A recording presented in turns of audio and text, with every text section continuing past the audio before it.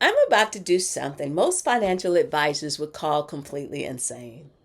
I've got a stable, secure federal job that I'm good at, and I'm just a few short years away from being eligible for retirement. As I've said in my earlier videos, I applied for retirement when it was offered, but my application was denied.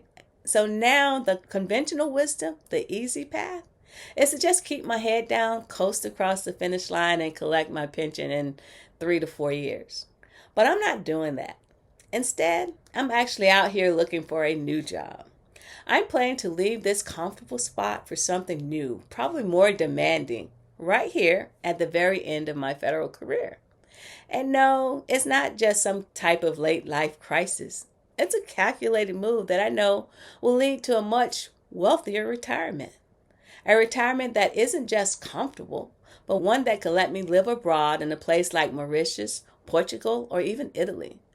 To make that dream a reality, I plan to make these last few years of federal service really count. What most people don't get is that this one decision has the power to permanently boost my retirement income for the rest of my life. Today, I'm going to show you exactly how I'm hacking the first pension formula for a bigger monthly check for life. And I'm going to break it down so you can see if this crazy idea might just be the smartest move for you too. Welcome to Waves of Change. This is my journey of retiring, relocating, and writing what peace means for me. Because you're never too late and your peace is never too far. For a lot of long term feds, the last 5 years on the job can feel like the final mile of a marathon. You've put in decades, you know the system inside and out, and you're comfortable. The thought of starting over again, a new boss, new duties, a whole new set of acronyms to learn, just sounds exhausting. It feels risky. The logic is simple. Don't rock the boat. You're almost there. You did the hard work. Now it's time to just glide into that retirement you've earned. And look, that mindset is totally understandable. The government is normally famous for its stability. And after a long career, that stability feels like a warm blanket. Why would you want to trade that for the stress of a new job? You've already locked in a pension, a benefit that's basically a dinosaur in the private sector. But under all that comfort, there's often this quiet, nagging question, the one that pops into your head late at night when you're thinking about the future. Is it going to be enough?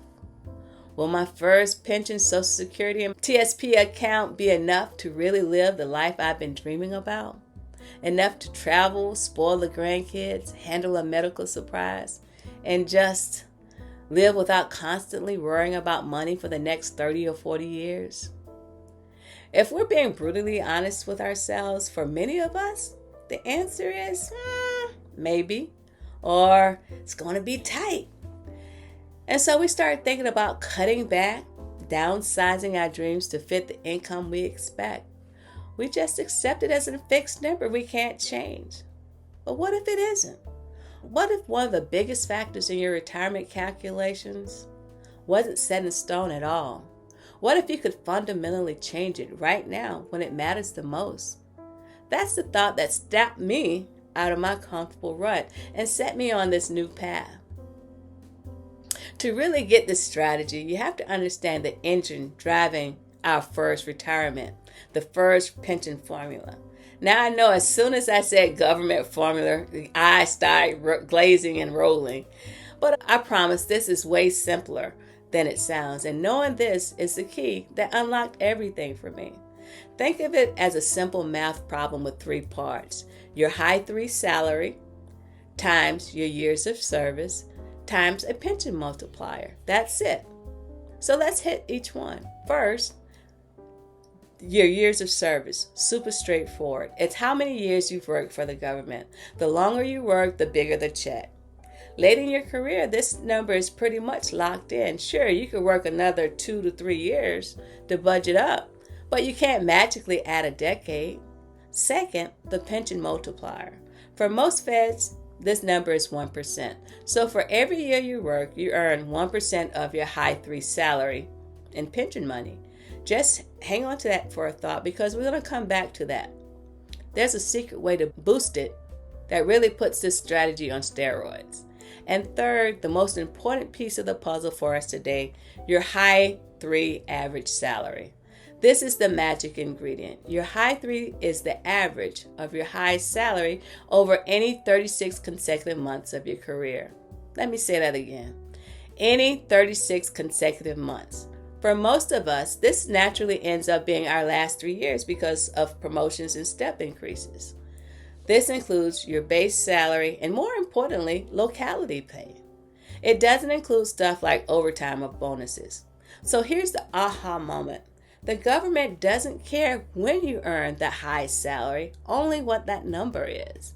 And unlike your years of service, your high 3 is something you can seriously influence, even at the end of our career.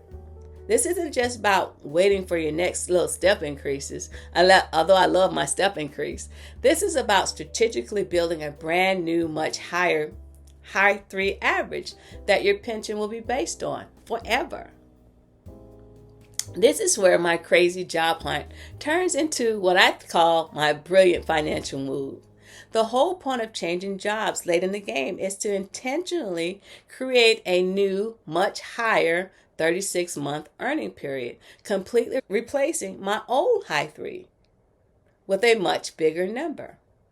So let's use some real numbers so that you see if this is crazy or not. Let's talk about Susan. She's 59, has 27 years of service, and wants to retire at 62. Her current salary is $85,000, and her high 3 right now is averaging around $80,000. If she stays put and coasts, by the time she's 62 with 30 years of service, her high 3 may be $82,000. Her pension would be $82,000 times 30 years times 1%, which equals $24,600 a year for the rest of her life. Not bad. Not bad at all. But what if Susan tries my strategy? She starts looking for a job and finds a new federal job. Maybe it's a promotion, or maybe it's a similar role in a city with a much higher locality pay. This new job pays her $100,000 a year. It's more work, a little stressful, but she takes it for her last 3 years, from age 59 to 62. By doing that, she has just engineered a brand new high 3 period. Her new high 3 average is now $100,000. So let's run the numbers again with the formula. $100,000 times 30 times 1% is $30,000 per year. With that one move, Susan just increased her annual pension from $24,600 to $30,000. That's an extra $5,400 every single year for the rest of her life. If she lives 30 years in retirement, that one move put an extra $162,000 in her pocket, and that's even before cost of living adjustments. This isn't a loophole, it's just using the rules of the system to our advantage. We're trading 3 years of comfort for decades of financial security. So remember how I told you to hang on to that pension multiplier? This is where we're going to pour gasoline on the fire for this pension. For most of us, that multiplier is going to be 1%. But there's a special rule that a shocking number of people don't know about or plan about.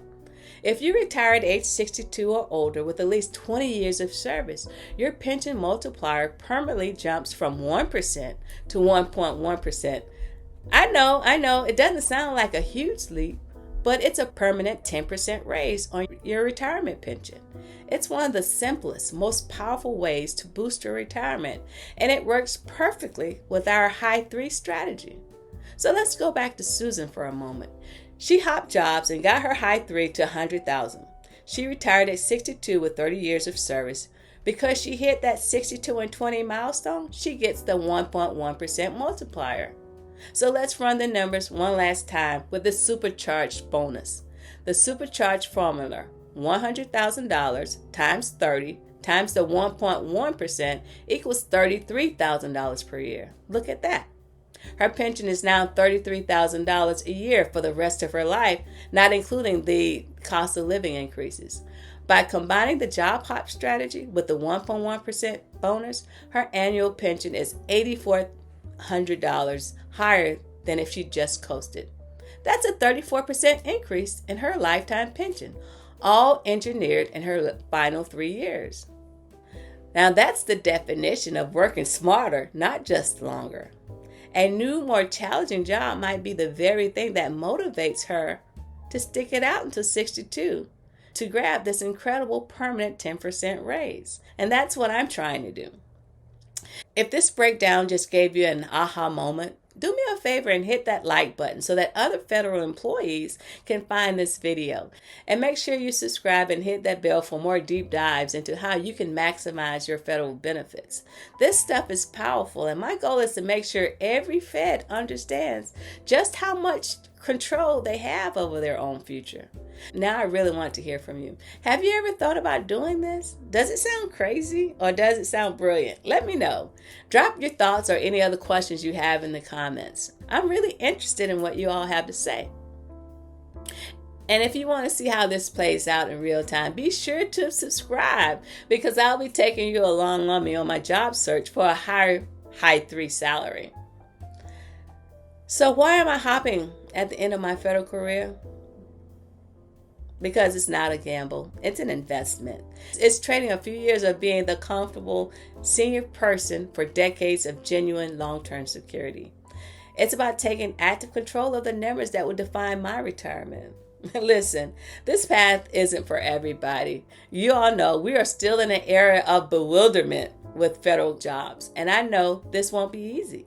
It takes a willingness to embrace change, to step outside of your comfort zone, and to really hustle right before the finish line. We have to weigh the stress of a new job against a huge financial upside. But here's what I really want you to take away from this.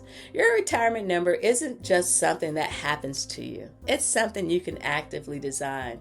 By understanding the simple math behind the first formula, you give yourself the power to make choices that can completely change your future for the better.